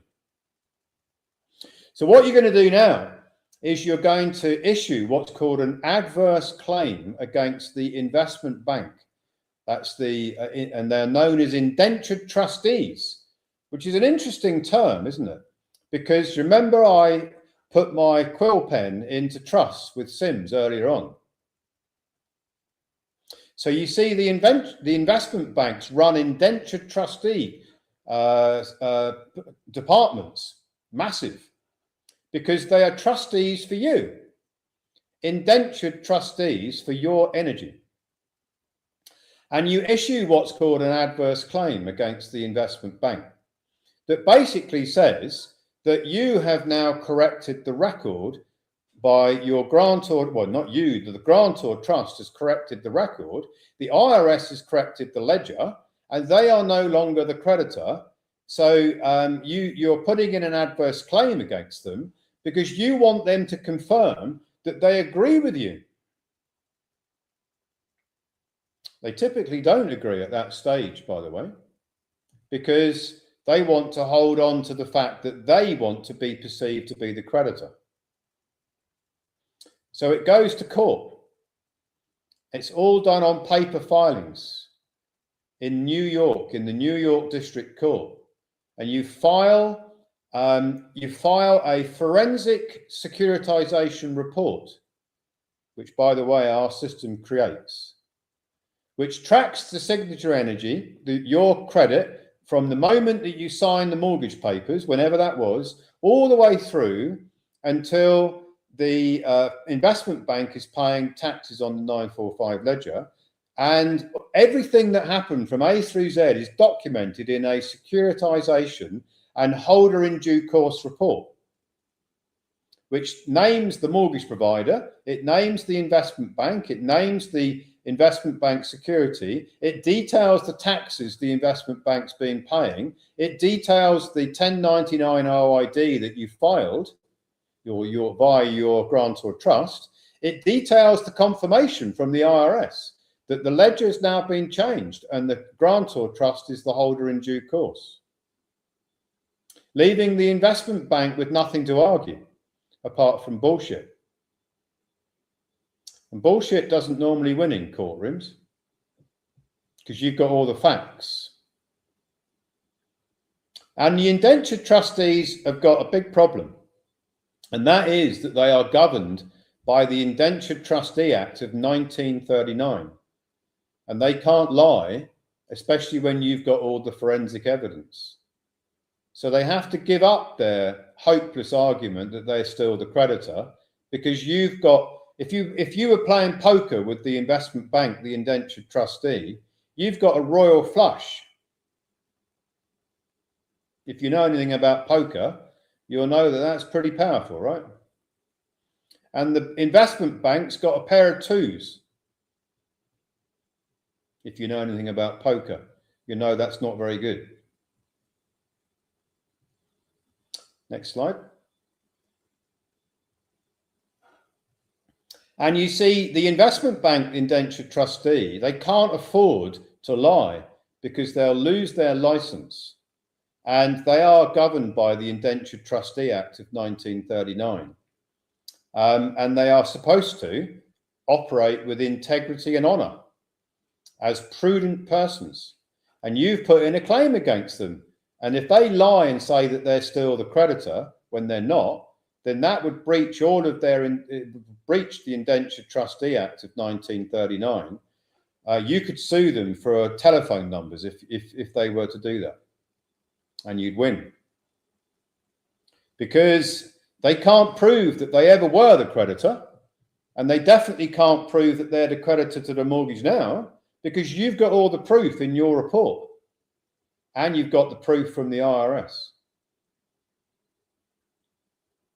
So then a pair of twos isn't going to win against a royal flush. Next slide. And then what you do, armed with that very, very powerful hand that you've now got that's been confirmed in the New York District Court, you now go back to the mortgage provider and you instruct them to remove the mortgage charge because they know they are no longer the creditor. They never were the creditor. And now you've got the proof that they are definitely not the creditor. And guess what that does? That invalidates the charge over the property. The very thing that the courts rely upon is no longer got any validity in the law, because the mortgage provider can only have that charge all the time that they are the creditor. Well, you've now proven that they never were the creditor, and they definitely aren't the creditor at the moment, because you've got the proof from New York. You've got the proof from your securitization report. You've got the proof from the IRS filings. And you know what else you've got? You've got the actual signature credit recoupment that will be received by the International Grantor Trust. So what more proof do you need? When the IRS pays out to your International Grantor Trust the value of the mortgage as redirected signature credit, taxes, what more proof would you need? Are you getting the picture? I hope so. Next slide. So it's going to take you a while, no doubt, to figure this out and probably replay this a few times, because these things don't come, they don't percolate, they don't land first time probably for a lot of people. I will be doing an interview with Andy Benson on Tuesday, answering all your questions. I will also be doing other interviews about this, because a lot of people are interested in it. So you'll be able to see me explain it again, maybe in a different way. And there's documents that describe it. And it's not a theory. Everything I've told you about is real. So how do you put it in place? Well, you're going to need a few component parts to make this work, right? the very first thing that you need to make this work is the envoy protocol. You've got to clean up the agency. You remember the agency, the living man is the agency, living man, woman is the agent of the birth certificate construct. You've got to clean that up. And you can do that with the envoy protocol, which gives you superior standing. It makes a difference when you're doing the tax returns as well, through your grantor trust.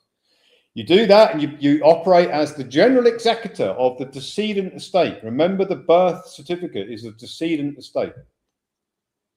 So you correct the records by declarations, and that's the envoy status. You become an envoy of the Republic of Old Souls. It actually gives you elevated standing on the Monopoly Board, because an envoy of a ministry, because Republic of Old Souls is a registered ministry, gives you elevated standing. And it also cleans up the records in terms of the agency, you as the agent of the body corporate construct. It cleans it up.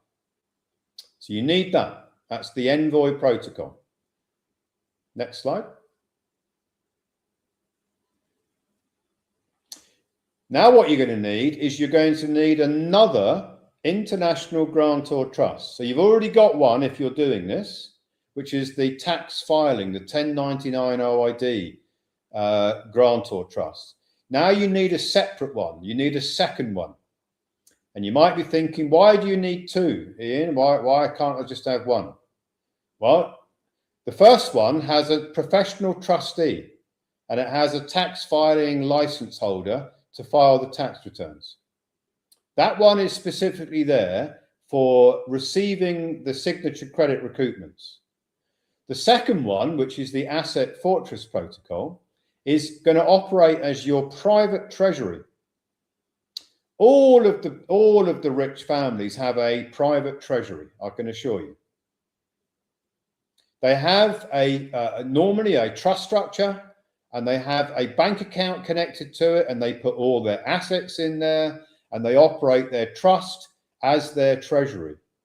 So that's what you need. You need the Asset Fortress Protocol. It protects you from digital ID. It enables you to run banking through a trust. So you don't need to use the birth certificate construct banking accounts anymore.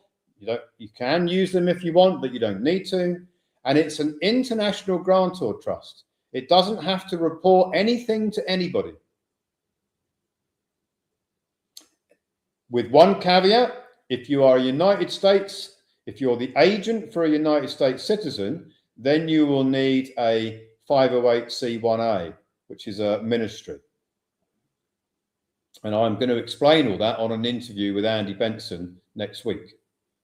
But let's just call it the Asset Fortress Protocol. It's a private treasury, and it doesn't have to report anything to anyone. It doesn't have to pay taxes. It has no obligation to pay taxes. It has no obligation to report anything. It's a private treasury. And also, once it receives the signature credit recoupment from the first grantor trust, and then it can spend and recoup, because the signature of the spending is the same signature that created the mortgage, the bank payments, the credit cards, the loans, everything that you've been doing since the age of majority. It's the same signature that is being used within the Asset Fortress Protocol.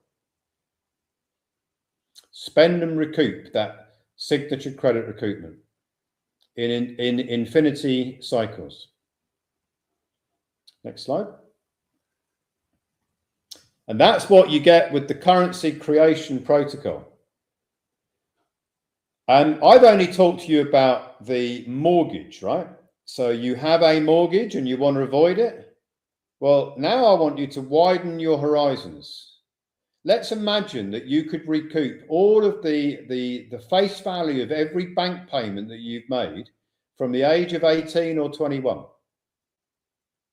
Look at all those deposits you've made from the age of 18 or 21. Bank payments. You're not actually recouping the bank payments. You're recouping the taxes from the investment banks who've used your credit energy, your signature credit energy. Let's imagine that you could recoup the face value of every other mortgage that you may have ever had. Let's imagine that you could recoup the signature energy of every credit card loan that you've ever had from the age of 18 or 21, depending on which country you're in. Just do some rough maths. How much is that? The face value of every mortgage, the face value of every bank payment, the face value of every credit card, the face value of every loan. Since the age of 18 or 21. What are you talking about? Hundreds of thousands, millions, tens of millions? That is currency creation. So what you do is you write down every the rough estimate of everything that you deposited. Your signature was used to make a deposit. That's a bank payment. That's the creation of a mortgage. That's the creation of a credit card, the creation of a loan. You write it down by year. Every year since age 18 or 21. You need to remember the bank that you deposited your signature with, and you need to know the name of the mortgage provider, the name of the credit card, the name of the loan provider. And roughly estimate how much do you think you spent or used your signature to make deposits in those years. It doesn't need to be precise, because nobody can remember precisely. You estimate it year by year, add it up. Now what you can do is your grantor trust that you've created, which has got this professional trustee, it's got a tax filing license holder, the ERO. What they're going to do is they're going to run the algorithm, which is going to track all of that signature credit from the clearing banks all the way through to the investment banks. There's going to be a whole range of recoupments that are going to be executed by the electronic reporting officer, the licensed tax filing agent that is connected to your international grantor trust. So multiple 1099 OIDs can be filed. Probably for most of you on this webinar, we're talking multiples of millions, which includes the mortgage that we're actually talking about voiding, right? It's one of the things that you're going to be recouping.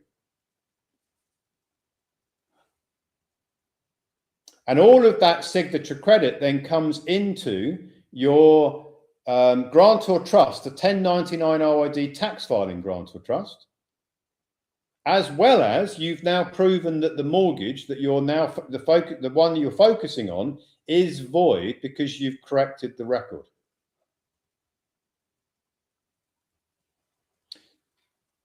That recoupment then goes from the 1099 OID trust, it is then transferred to your Asset Fortress protocol, when you can now spend from the Asset Fortress protocol. And because when you spend it, that creates new signature credit, you then recoup it in the next year. Spend and recoup. Next slide.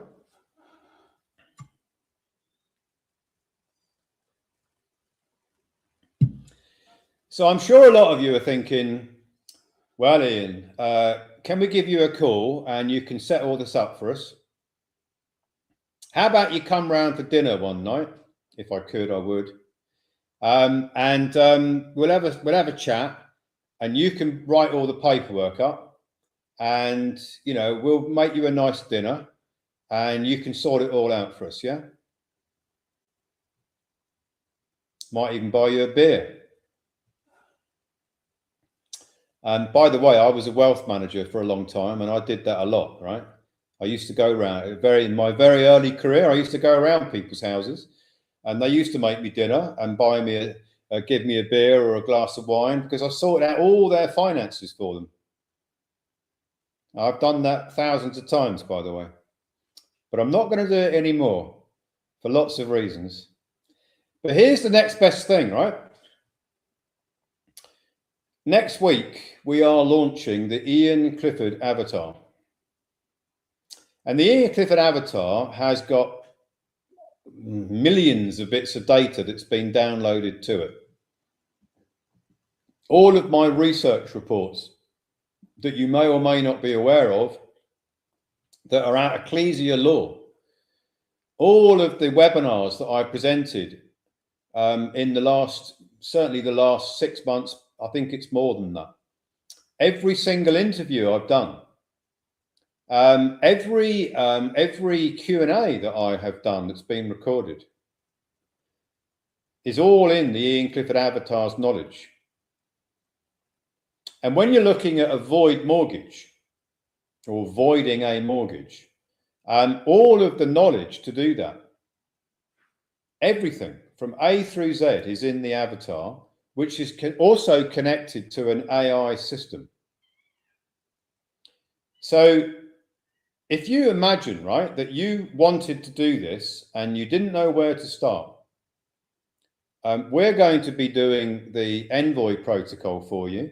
We're going to do the Asset Fortress protocol. We're going to create the international grantor trust, appoint the trustee, appoint the tax filing, licensed tax filing agent. We're going to set all the banking up. We're going to do all of that stuff. But there's one thing that we're not going to do for you, because you're going to do it if you want to do this. And that is, you are going to issue the adverse claim to the investment bank. You are going to issue the paperwork in the New York court. And you're going to use an AI system, which is going to create all of the documents that you need, bespoke for your case. That's going to create the mortgage securitization report for you, bespokely for your mortgage. And if you've got any questions about what it is you're doing and how you're doing it, you don't invite me round for dinner as much as I'd like to come. You ask the Avatar. And the Avatar's got arguably more knowledge than me, because it's also got its own database that it's pulling down in relation to the law in New York, in UK, in Canada, in Australia, in New Zealand. It knows the law. And it also knows everything I've been talking about on this webinar and every other webinar and every research paper and every Q&A. And every time I do a new webinar and every time I do a new Q&A and every time I write a new research report, and by the way, I write probably 5 to 10 a week. Those internally will know that, because I keep saying, read this, read this, read this. That knowledge base is going to be ever evolving. Every problem and solution that we're presenting on these webinars will be loaded into its memory. I'm excited by that, because I can't go around everybody's house for dinner, but I can give them the Avatar and the AI. Next slide. And the best part about all of this is that not only can you void the mortgage, but you can start recouping your signature credit from the age of 18 or 21. And then you can spend it and recoup it. Spend it and recoup it year in, year out. And if you think all this sounds like a bit of a fairy tale, Sims is going to send you the interview that was done by Andy Benson. It was only recorded yesterday. And Ange, who heads up our technology platform, and she's been instrumental with me in developing all of these systems that track and trace all the credit, that do all the tax filings and all of that stuff I've talked about. Ange has been involved in the project from the beginning with me. And Andy is asking her to talk about what she's been doing, how she's been doing it. And then they've got on the screen, they've actually got wages and tax transcripts, which is absolute categoric proof from the IRS in 2025 of north of $600 million of signature credit wages tax transcripts that cannot be argued because they're in black and white. They're on bits of paper. They're in our system. They're absolute proof that this works. And if you think, well, that's all very nice, but that still doesn't prove the mortgage is void. Many of those were mortgages. So the proof of the mortgage, the creditor position has changed to the grantor trust, away from the investment bank, away from the mortgage provider, is confirmed by that wages and tax transcript. Next slide.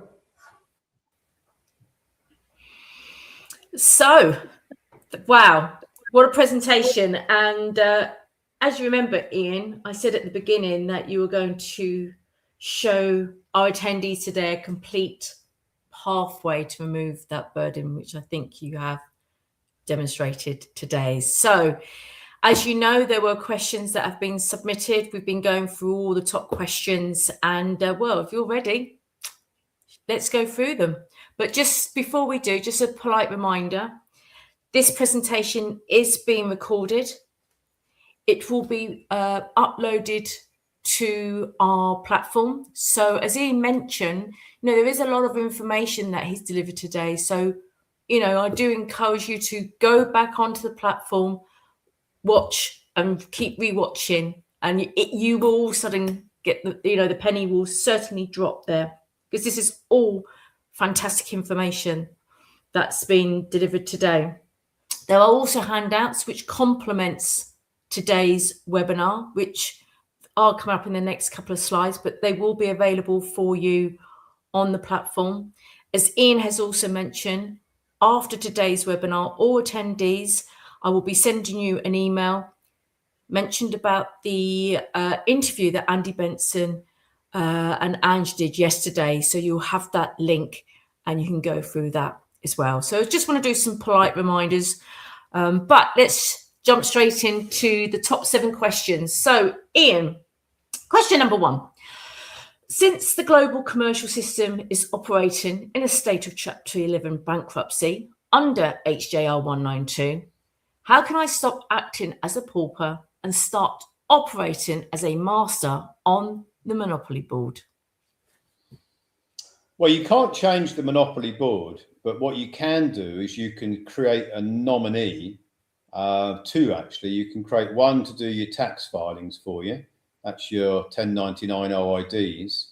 And you can create another one, which is the Asset Fortress, which is another nominee sitting on the Monopoly Board that's independent of any country that can operate as your private treasury. And then to clean up the agency, you see, everybody's been using the name on the birth certificate as if it were them. So everyone, including me, we held ourselves out as if we were the birth certificate. And of course we're not. So there's something called clausula rebus sic stantibus, which is a declaration that you've mistakenly used the birth certificate name in error, and you're cleaning up the record. And you're also claiming that you are alive. The living being is alive, which might sound ridiculous. But they actually treat all the living men and women as if they were dead. And the birth certificate construct is dead as well.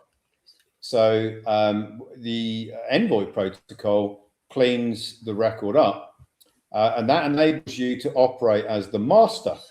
You see, you are, the birth certificate construct is a banker, but the banker, the birth certificate construct itself, cannot recoup signature credit energy. And the reason why it can't lawfully do it is because it's registered to the state. It's theirs. It's like the house. It's like the car. It's like the factory or the hotel or whatever. But the grantor trusts are not registered to the state.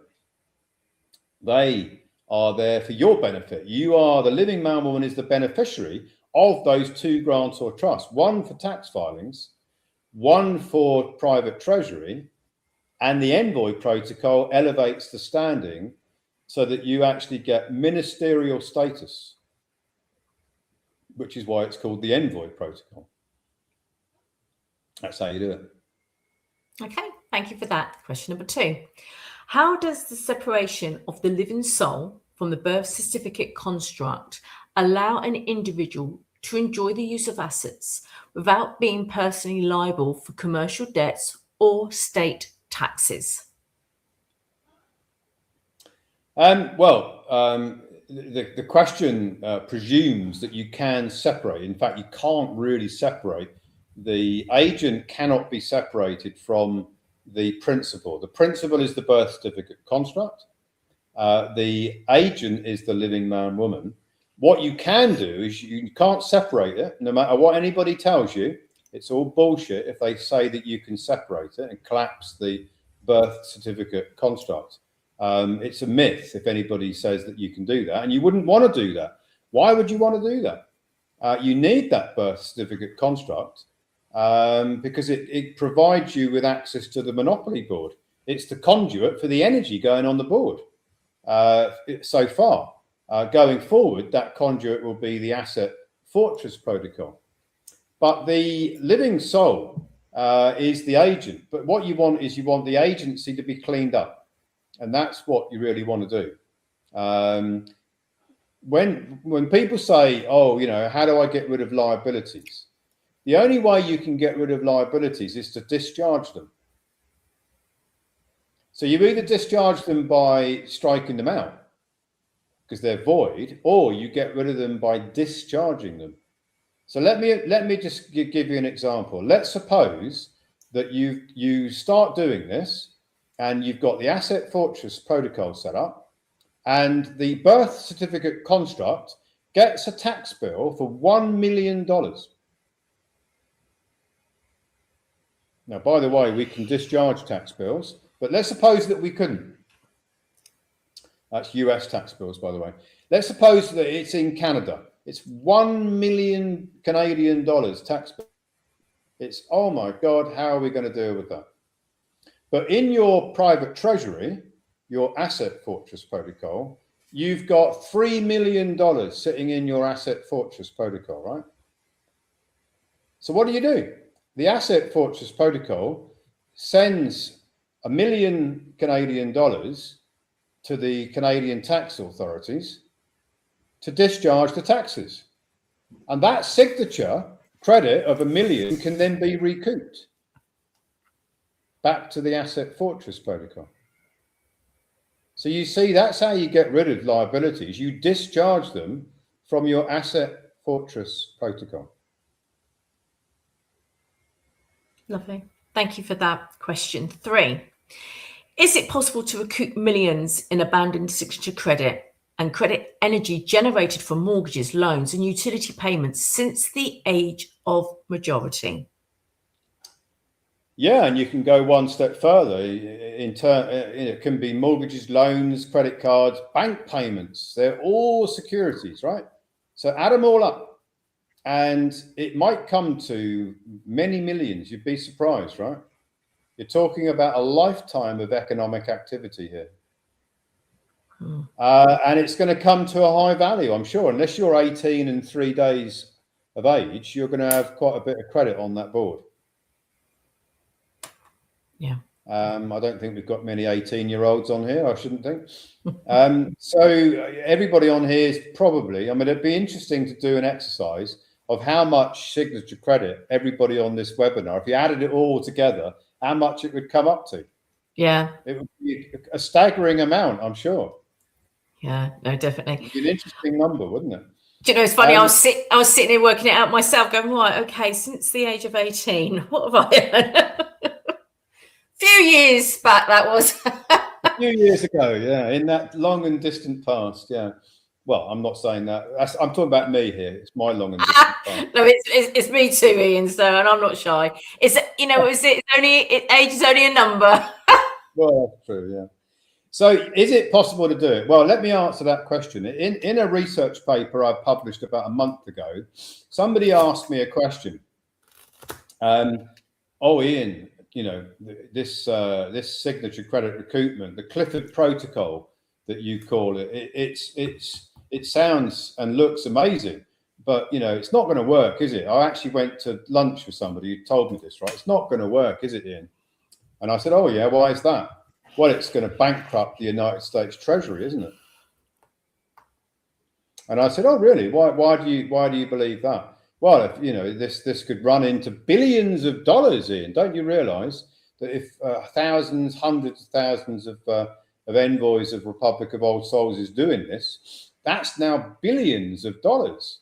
Did you not realise that, Ian? And I said, no, I did realise that. I haven't just looked at this in terms of 5 people doing it. I've looked in terms of 500,000 people doing it, which is about the cap, right? Yeah. Now, when you understand that everything is created, all money, what we call money, is created ex nihilo. There should be no poverty in the world, but there is. Governments raising taxes, they shouldn't need to do that because they're all creating creating money ex nihilo out of the signature of the people. So once you get your head around that, then you say, okay, so the investment banks are paying taxes to the United States Treasury. How much tax are they paying? Well, if you look at the last 3 years, it's somewhere between 50 and $100 billion a year in taxes. That is the budget that we have got to recoup. Now, if you're sitting there thinking, well, I don't think Donald Trump's going to be very happy about that, is a 50 to 100 billion of taxes that are going to be redirected to these grantor trusts. He's not going to be happy with that, is he? He won't even notice it. Nobody at the United States Treasury is going to notice it. And the reason why is because there is no money. It's just redirecting ledgers. If you've ever wondered how they keep pulling out rabbits out of a hat to finance things like wars and anything else that's going on, so-called pandemics, how did they finance all of that? Yeah, that's because it's all ex nihilo credit. It's just ledgers. It's just numbers on ledgers. The Treasury is there. Their job is to redirect the credit energy, the taxes, to the creditors. And you are a creditor. The living man, woman is a creditor. You rightfully have an entitlement to this credit energy tax rebate. It's not going to bankrupt them. And you can do multiple millions every year, not just once, every year. Spend and recoup it. Ian, that last comment you've just said about multiple millions, is there a cap, however? Because there could be, we may have some high net worth individuals, but is there a cap at all? Well, there is by grantor trust. The maximum that you can recoup per grantor trust is $10 million. But we have got some heavy hitters in our envoy group, and you can set up more than one grantor trust. So you could have 10 grantor trusts, each one of them capped at 10 million, 100 million. I don't think many people are going to need 100 million, but and going forward, we will not want to facilitate amounts of that magnitude, because that would, if everybody was doing 50 to 100 million, which would be ridiculous, the number of envoys we can recruit for our sovereign nation, which is what this is really all about, is it's going to be diminished, and that, I don't want that. So no, we want to give everyone the opportunity. And just to also clarify, because there are other countries that uses dollars as well as a currency, but we're talking US dollars, aren't we? Yeah, it's all US dollars, but the US dollar is the reserve currency of the world. Everything's balanced back to dollars, even though people don't want to admit it. They want to tell you that they're doing their own currencies and their own payment systems, and they probably are. But there's still the reserve currency of the world, still the dollar. Yeah. I just felt it was important just to clarify that, so there's no misunderstandings. But thank you for answering that question as well, because there was a question that that also came through as well on the registration form. Okay, question number 4. Can the Asset Fortress Protocol hold assets in fee simple title to place them beyond the reach of state registries, liens, and jurisdictional overreach? Yeah, well, that's a very good question. In fact, I wrote another research paper on this. It's on ecclesial law, because a lot of people get very confused about the difference between, there are 3 types of title. There's fee simple, stroke, there's legal, and then there's equitable. There are 3 types of titles. And it all depends, is the answer. It depends on how the property is being registered already. Churches normally can get the fee simple or allodial title without any problem, because they have covenants on the land that enable them to do it. But if you're in an apartment block, there's no way you can get a allodial title, because you don't own the ground. And if you own a house or a farm or something like that, or you think you do because you've actually got the equitable title, then it may be possible, but it depends on how the legal title is being registered. It's different in every country. Every case is different. We will be providing an avatar specifically and an AI system specifically for this, because it's a question that comes up very, very frequently. So if you want to transfer the title of property and assets to your asset fortress, you'll be able to do that with the benefit and help of an AI and an avatar combination, if it's possible, which it probably is in most cases, but not in every case. Okay, thank you for answering that, Ian. Question 5. Does the use of a 98 series international grantor trust and corrective 1099 OID filings provide a lawful mechanism to redirect withheld taxes from institutional nominees to a private treasury? Well, I've been looking at this for a long time, and I don't know of any other way of doing it lawfully. This pathway is the only pathway that I can see that does it lawfully. Other people do. There's something called a 1099B tax filing. It's called a barter exchange. Some people do that. I don't think it's lawful. Other people file 1099 OID from the taxpayer. That's the citizen, the birth certificate construct. And some of them get a check. That's completely unlawful. It's RICO fraud. It's wire fraud, and people have gone to jail for doing it. And yet still people are still trying it that way, because they do not understand it. They just haven't done their research. Maybe even if they did research, they wouldn't have figured it out, because maybe they're not bright enough. Okay, thank you for that. Question 6. How does the Envoy protocol utilize the international law principle of clausula rebus sic stantibus to rescind presumed agency to the state and occupy the office of the General Executor? Well, it's done on declarations. So a declaration is powerful. It's like, if you know about Harry Potter and the wand, it's like you issuing a spell, right? A declaration is like a spell. It's like a wish. It doesn't get registered in some database somewhere, and then everyone treats you differently. It's a declaration, just like a declaration of war.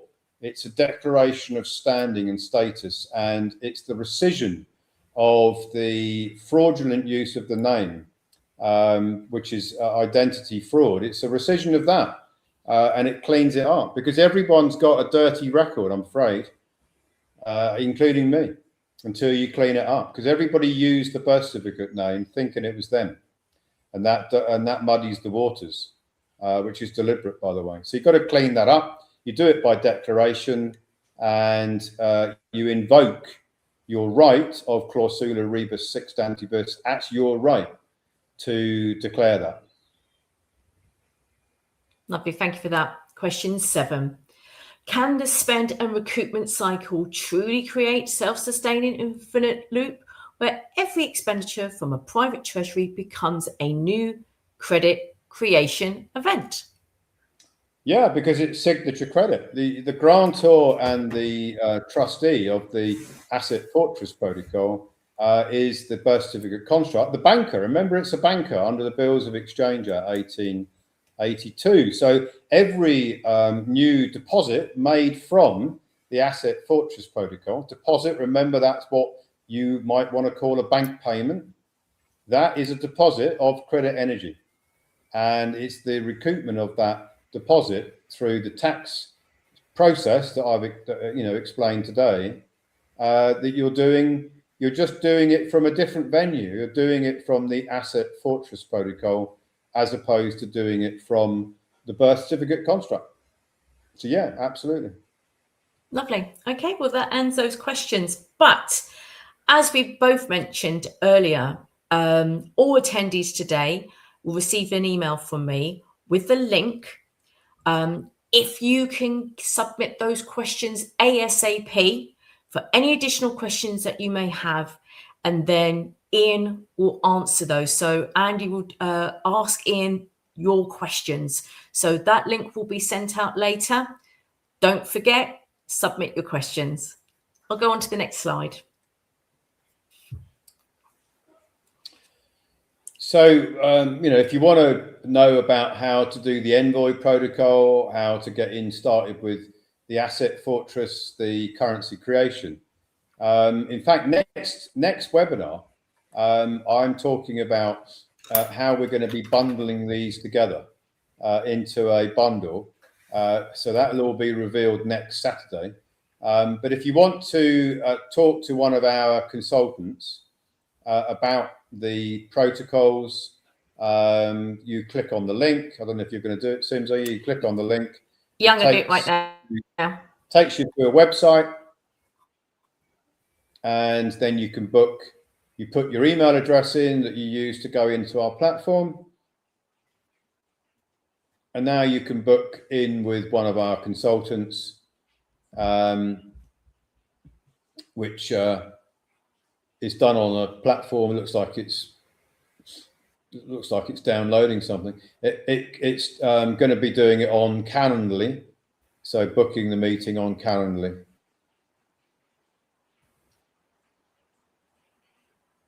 Hold a moment. That looks like it's hung to me. Yeah, it's just, I think my internet's a bit slow today. Something seems slow. But it is very straightforward. Here we go. It's coming through. Wakey internet.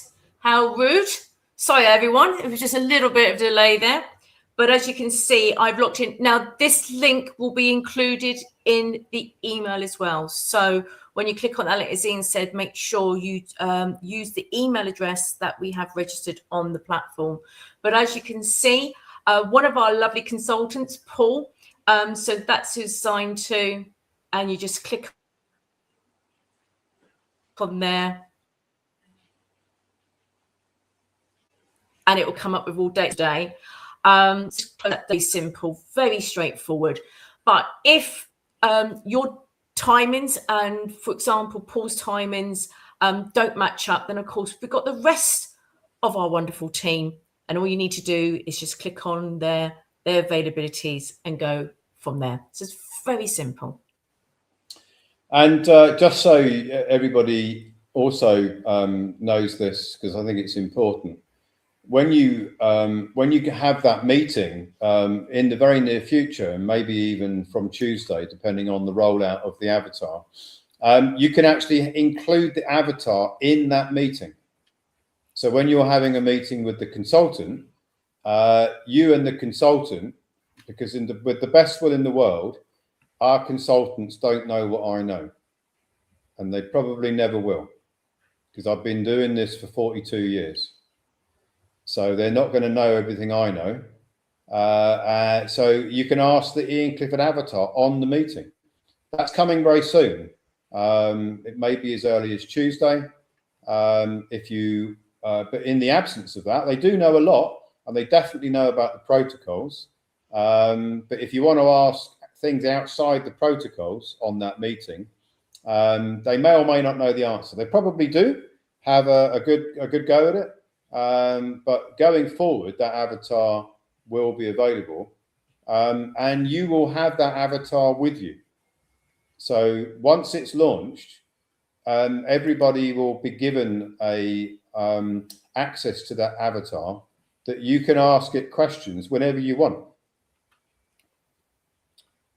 And you'll also be able to ask questions about what is going on with your process. So rather than having to log into the platform to figure out what's happening, which is all in there, by the way, but many people don't do it, you'll be able to go to the avatar and say, hey, Ian, what's happening with my Envoy protocol? Hey, Ian, what's happening with my Asset Fortress? Hey, Ian, what's happening with my credit recoupments on my bank, on the banks that I've put together? And it will tell you. Powerful. Very powerful indeed.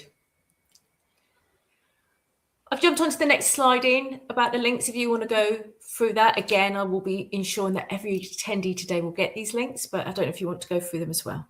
Yeah, you mean basically you've got, I don't know, I think sometimes we give too much information out because a lot of people overwhelms them, but we that's me, because I'm very detailed. I'm very factual based. I've come from a professional background, and you have to prove everything in the professional background. You couldn't just tell people it was like this or like that. You had to back it all up with the proofs. So on all of these channels are the proofs of what I'm talking about, because I think that's important.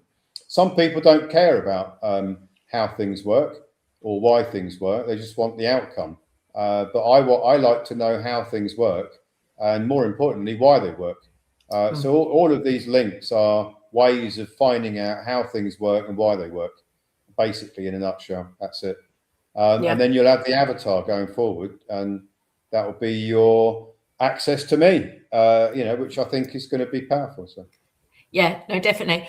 Just one thing I wanted to point out, I hope you don't mind, at the bottom is the Advocate Telegram group. So if you are an advocate, and I know we're getting advocates coming on day in and day out, I share some really great information for you guys. I get a lot of people saying, Sims, I want to spread the word. How can I do this? What are the correct wordings, etc.? All that information is on there as well. So I just wanted to add that in there, but it's a great resource for all our advocates. And now to the handout slides, Ian. Yeah, there's many handouts. The best place, really, I mean, if you want to get anything, get access to information, is to go to Ecclesia Law, and all the research papers are on there.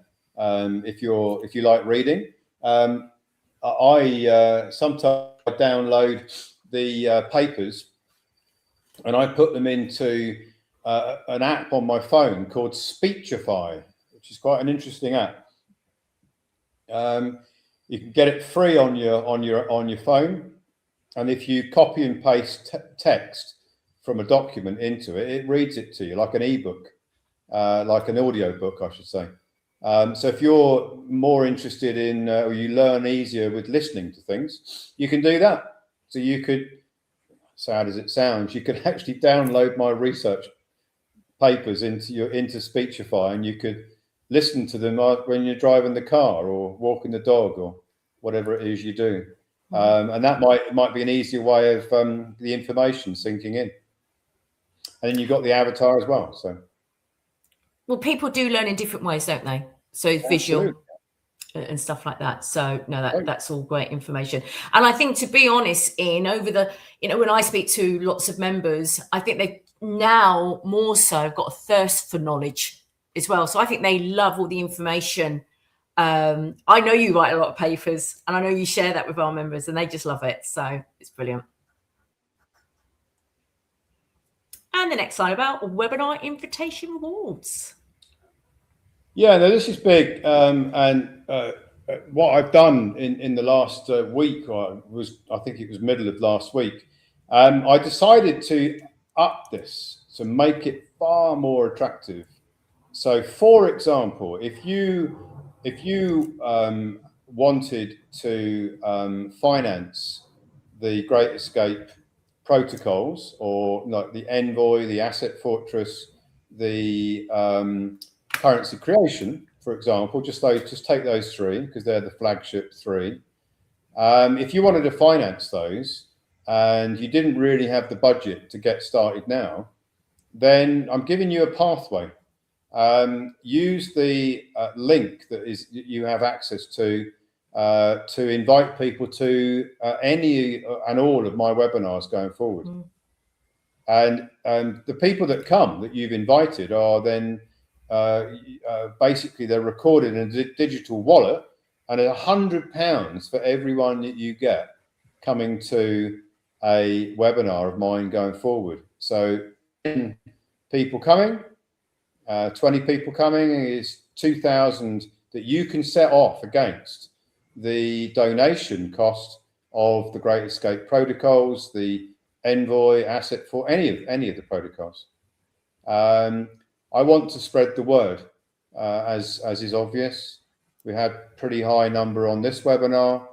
I want 10 times this number on my webinars. And the only way of doing that is to incentivize those that come to invite other people to come. And then there's a financial reward involved with that. And it's, I think it was too low before. It was only £10 for somebody to come, for you to invite someone to a webinar. And it wasn't really catching on in the way I wanted it to catch on. So this way it should catch on, I think, a lot more. And for those people that are on a really tight budget and they can't find the donation to get started, then this is a way for them to get started. You can put the link on social media. We give you the marketing to go with it. You can send it to people that you know and say, hey, you should really have a look at one of these webinars or some of these webinars. And these points aren't per webinar. They're any webinar that your referral comes to. So, over the course of a few weeks, I do one every week. You could quite easily build up a very good sum in your digital wallet to offset against the donation costs. Not that I think that, I'm not saying that everybody can come and do this and use their digital wallet to finance everything, because we still do need cash flows coming in at the moment to keep our organization running so that we can deliver to the thousands of existing envoys that we've got. So it's a balancing. I hope it's well received, this webinar reward scheme. Well, I've been talking to many advocates this week, and I've had really great positive feedback from them. So I wanted to share that with you.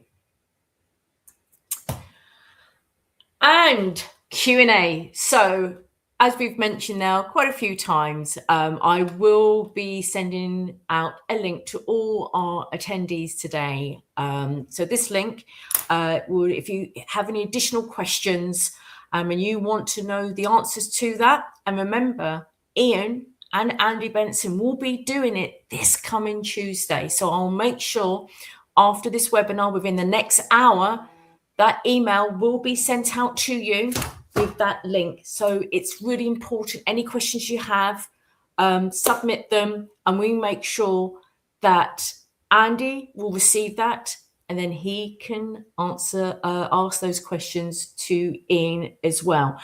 And also feedback. We do value feedback from all our attendees. What we like to do is ensure that the presentation we deliver week in, week out, is the best of the best as such. And really, to improve that we are doing that week in, week out, your feedback is valuable. So please include your feedback there as well. As we're not doing polls right here, I really want people to indicate whether they're interested in this in the Void mortgage. That's the avatar and the AI, because we are currently building it, and I want to know how many people on this webinar are interested in using it, right? Yeah, because absolutely. We've got a lot of priorities. So if there's lots of people who want to use it, I'll bump it up the priority list. Okay. Perfect. So if you can do that in capital, so we can see it from a visual point of view quickly, because as you said, Ian, you want this information, I would say pronto. So if you put in capitals, what Ian has just mentioned, then we can see it and we can feed that information straight away, but you will get that link. And I'd like to say thank you to everybody who has attended. I hope you've enjoyed it so much. And as I said, your feedback is valuable, and also what Ian has mentioned. But before we leave, Ian, I know there's quite a few final thoughts you would like to share. I think you've already mentioned one of them, but it's always good to reiterate that again. So any final thoughts before we finish? Yeah, I get lots and lots of questions about signature credit recoupment. Obviously, I get lots of questions about that. And many of them are the same question over and over and over again. So I put all the frequently asked questions in a document. I put it on Telegram last night. It's already been read by hundreds of people, and it's going to be sent out. So if you've got questions like, how do I know how much credit I've put on the board, Ian? Because I can't remember what bank payments I made, 30 years ago. You just estimate it. If you can remember the bank, that's all we need is the bank and an estimate of each year. If you can't remember exactly how much your mortgage was that you had 20 years ago, just estimate it. Because that's one of the most frequent questions I get is, how do I remember what these things are, right? How much I spent in a year, how much the mortgage was. I get it. I can't remember what I was doing 40 years ago. No way can I remember. But I do remember the bank account I had. And I can pretty much estimate how much I put through it in a year. I can estimate it pretty accurately, I think. So that's all you need to do is work out how much did you spend out of your bank accounts? Which bank was it? What year was it? Roughly, write it down. Get a bit of paper out, write it down, or spreadsheet, or whatever you want to do, and add it up. You'd be quite surprised how much it is, how many mortgages you might have had, how many loans, credit cards you've had. Write them down, add them all up. That's what you've left on the table, as they say. Definitely. Something else I wanted to add, Ian, because we do get a lot of questions about timeframes. So I know that you did an interview with Andy, and I've got that link, so I will include that link as well. I've done an interview on timeframes of signature credit. If you want to avoid the mortgage, then the adverse claim, you're issuing an adverse claim on the indentured trustee. Before you do that, you've got to get your mortgage. You've got to file against the mortgage the 1099 OID to correct the holder in due course at the grantor trust level. That can happen within a month. The grantor trust can be set up. Tax filings can be done. The creditor position can be corrected within a month. Then you do the adverse claim, which is just a single document that goes out. Your avatar and your AI will be able to produce that precisely against the mortgage that you've got. And then filing in the court case, there's 5 documents that get filed in New York. You can upload them all electronically. The avatar tells you, is going to give you a briefing on exactly how to do everything and produce all the documents for you. So you could actually have proof that your mortgage is void within 2 to 3 months, I'd say, from starting. Brilliant. And then you take it back to your local area, wherever you are, and you get the mortgage provider to remove the charge. And if they don't want to, then you take them to court, and the avatar and the AI will tell you how to do all that as well. Brilliant. Absolutely brilliant. Well, Ian, thank you so much for taking the time out today, delivering the presentation. I hope this afternoon you have better weather compared to what was happening just before or during the presentation. Well, the rain stopped. Yeah. Oh, well, that's good. It was going to flood the floor out. It was like a monsoon came down. Oh my God. I got sliding doors on my left, and it was like coming through the doors. I bet the cats weren't amused, that's for sure, anyway. They were smart enough to have come in, so they're all inside. So yeah, they're smart enough to get out of that. So. Well, again, thank you so much for your time. And I can see there's heart shapes and thumbs up, because I know we've got our members on Facebook who have been watching. So thank you for your feedback there. It's great to see that you've enjoyed it. So those on Facebook, our YouTube channels and StreamYard, I like to say thank you so much for joining us. Have a wonderful Saturday and the rest of the weekend. So I'm just ending that right now. So take care.